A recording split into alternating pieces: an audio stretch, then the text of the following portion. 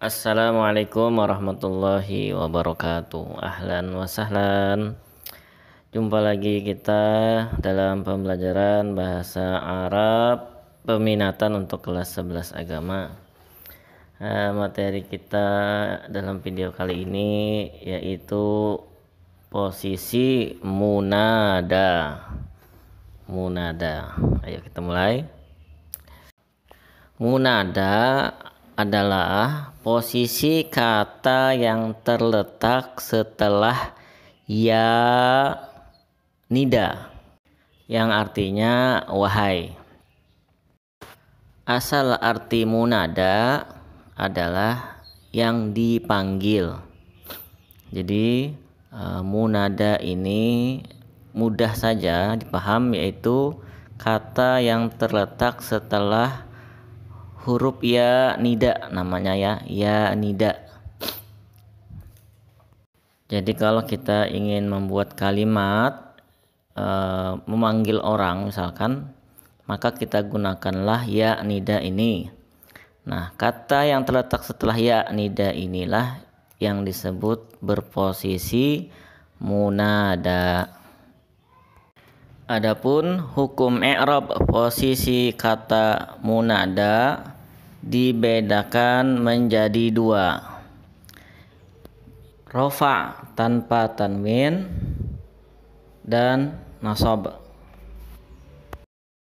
Yang pertama, hukumnya rofa tanpa tanwin bila kata yang terletak setelah ya nida ini hanya satu kata saja, tunggal.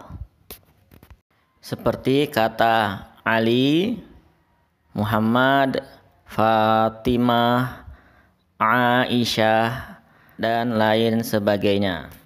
Semua kata-kata tadi hanya terdiri dari satu kata saja.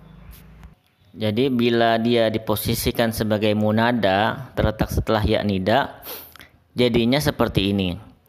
Ya Aliyu, rofa tanpa tanwin. Ya Muhammadu, asalnya Muhammadun ya, asalnya Aliyun, jadi ya Aliyu. Asalnya Muhammadun, jadi ya Muhammadu. Ya Fatimatu, ya Aisyatu. Kalau Fatimah sama Aisyah ini kan isim ghair munsharif ya, dari awal memang tidak bertanwin. Tidak hanya nama, bisa juga kita ingin memanggil seorang siswa yang kita tidak tahu namanya. Bahasa Arab siswa tolib laki-laki, kalau yang perempuan tolibah. Kita ingin panggil siswa yang ada di depan kita atau siswi, maka ingat hukumnya bila dia satu kata seperti ini, hukumnya rofa tanpa tanwin. Jadinya adalah ya tolibu, ya tolibatu. Rofa pakai domah tapi tanpa tanwin. Saya berikan analisa i'rabnya, dua contoh saja. Ya Muhammadu. Ya ini harfu nida, alat untuk memanggil. Muhammadu isim mufrad posisi munada, hukumnya rofa tanpa tanwin. Isim mufrad ketika rofa berakhiran domah zohiroh, huruf harokat domah tapi tadi tidak bertanwin. Bacaannya ya Muhammadu. Contoh yang kedua, analisa i'rabnya ya Aisyatu. Ya harfu nida, Aisyatu isim ghairu munsharif, posisi munada, hukumnya rofa tanpa tanwin. Isim ghair munsharif ketika rofa berakhiran harokat dommah. Bacaannya ya Aisyatu. Beralih ke hukum kedua munada. Hukum munada yang kedua adalah nasab bila kata yang terletak setelah ya nida ini adalah beridhofat minimal 2 kata. Lihat contoh berikut ini. Abu Bakrin itu contoh beridhofat, terdiri dari kata Abu, asmaul khamsah, dan Bakrin. Kemudian Rasulullah, ada 2 kata, ada Rasul dan kata Allah. Kemudian ada lagi Ummuna, ini terdiri dari 2 kata juga, ada kata ummu dan na, artinya ibu kami.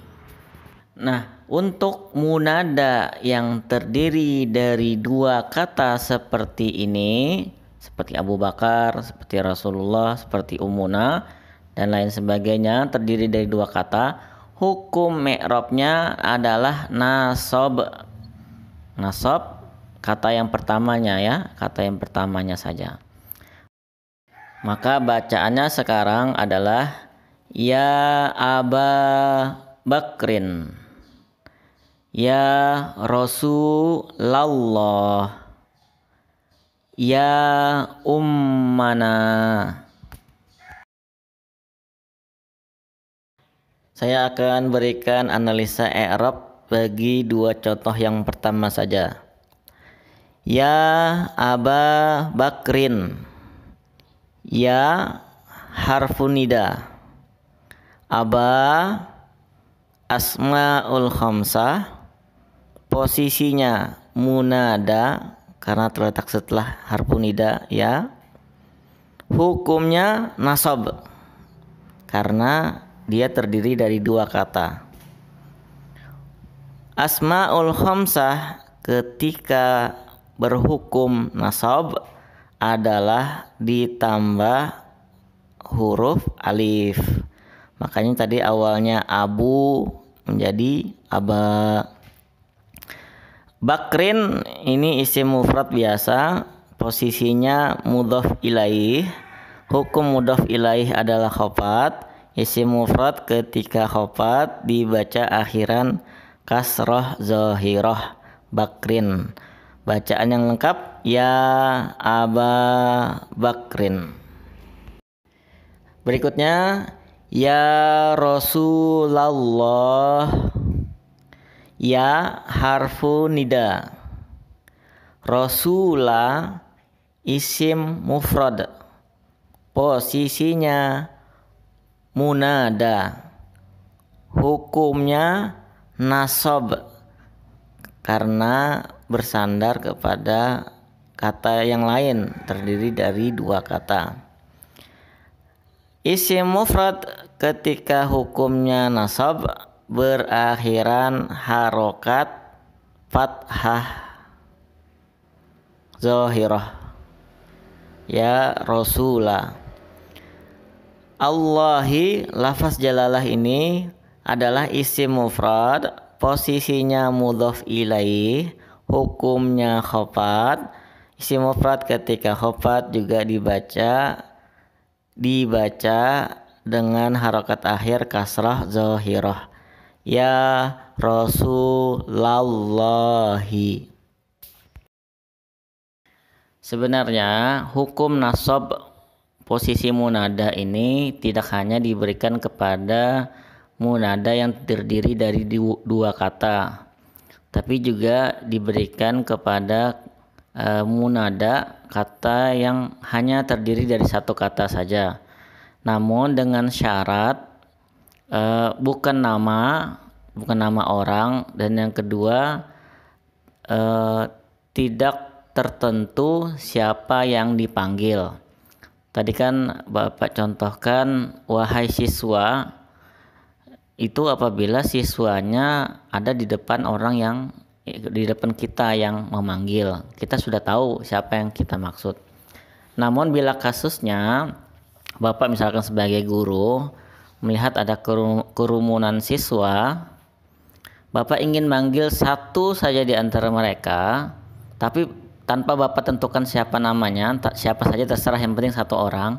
Nah, ini satu kata tolibnya di sini kita berlakukan hukum nasab.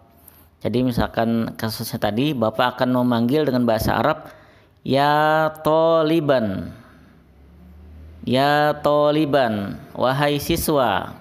Bapak memanggil satu orang tanpa menentukan siapa yang Bapak maksud.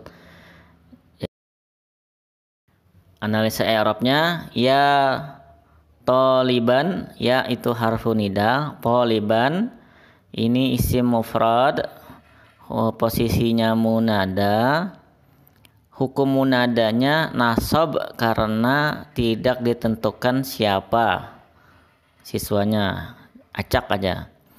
Isim mufrad ketika hukum nasab berakhiran harokat fathah zohiroh, bacaannya ya toliban. Sebagai penutup Bapak berikan kesimpulannya.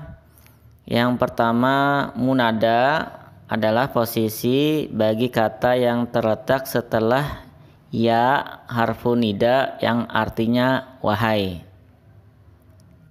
Hukum i'rab posisi munada dibedakan menjadi dua. Bila munadanya satu kata saja dan tertentu orangnya, maka kita hukumkan rofa tanpa tanwin. Dan bila posisi munada di sini terdiri dari dua kata atau satu kata tanpa disebutkan, tanpa ditentukan orangnya siapa, maka kita hukumkan nasab. Demikian anak-anakku pembahasan posisi munada kita kali ini cukup sederhana. Mudah-mudahan ada manfaatnya, mudah-mudahan bisa dipaham dengan baik. Bapak akhiri, billahi taufiq wal hidayah. Wassalamualaikum warahmatullahi wabarakatuh.